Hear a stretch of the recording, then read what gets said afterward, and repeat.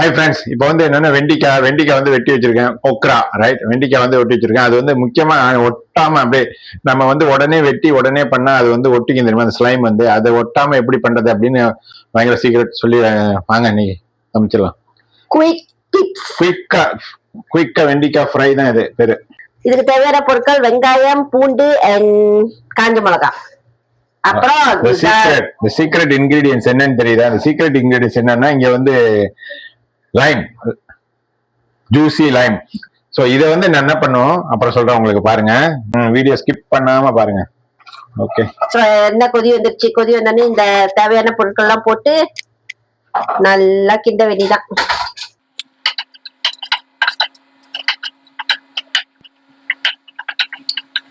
நல்லா எண்ணெயில வதக்கணும். கொஞ்சம் மிளகா போட்டு இதெல்லாம் பண்ணணும், பூண்டு இதெல்லாம் வதக்கிட்டு இப்போ என்ன பண்றோம், வெண்டிக்காய் உள்ள போட்டுறோம். இந்த வெண்டிக்காய் இன்னொன்னு நீங்க பண்ணலாம். நீங்க என்ன பண்ண, கழுவிட்டு நான் ஈரத்தோட வைக்காம நான் வந்து கிச்சன் டிஷ்யூ வச்சு தொடச்சிருவேன். கிச்சன் டிஷ்யூ வச்சு தொடச்சிட்டோன்னா இன்னும் ட்ரையா இருக்கும். அது இன்னும் நமக்கு நல்லாவே வரும். Kitchen towel tissue, kitchen towel ஏதோ ஒண்ணு. ஓகே,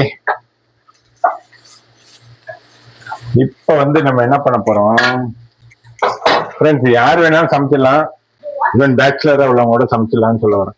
இப்ப வந்து என்னன்னா, இந்த ஜூசி லெமன் வந்து அப்படியே புழிஞ்சு விட்டுறேன். இது வந்து என்ன பண்ணணும், இதுதான் இந்த சீக்ரெட் இன்கிரீடியன்ஸ். இப்போ வந்து இதை பண்ணிட்டீங்கன்னா வெண்டிக்காய் அப்படியே ஒட்டாம அப்படியே தனித்தனியா இருக்கும். இந்த ஸ்லைமே காண போயிடும். செஞ்சு பாருங்க.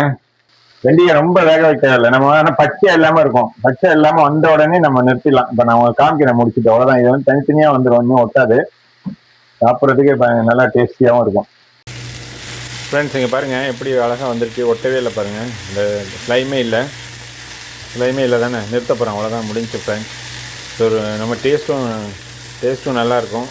சின்ன பிள்ளைங்களும் அப்படியே நல்லா சாப்பிடுவாங்க விரும்பி.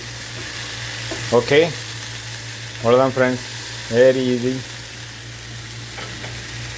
Very easy and yummy okra poriyal ready.